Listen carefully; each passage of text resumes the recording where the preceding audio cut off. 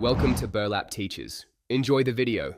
You start by checking exactly what format and datum you have. Mixing decimal with degrees, minutes, seconds, or wrong datum shifts the point. Open your chosen map app or GPS now and pick the coordinate input option. Type or paste the coordinates precisely, including sign for latitude and longitude. Once done, make sure the app recognizes them and shows a marker. If it doesn't, try switching formats or adding separators like commas or spaces to match the tool's expected input. Once the marker appears, zoom in and inspect the satellite or street view so you can confirm the physical context: buildings, roads, water.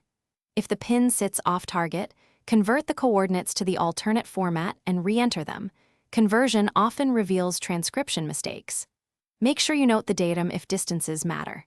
If you plan to navigate on foot or by car, verify access points and safe approach routes by checking nearby roads and elevation changes before you set out.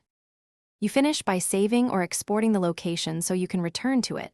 Use GPX or KML for GPS devices.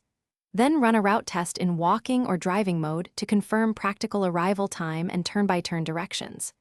If the marker is still inaccurate, stop and recheck the sign of latitude/longitude, the coordinate separators, and the datum.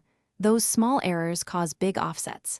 If problems persist, try a different mapping service or manually adjust the pin to match visible landmarks. Thanks for watching. Consider subscribing if this video helped you.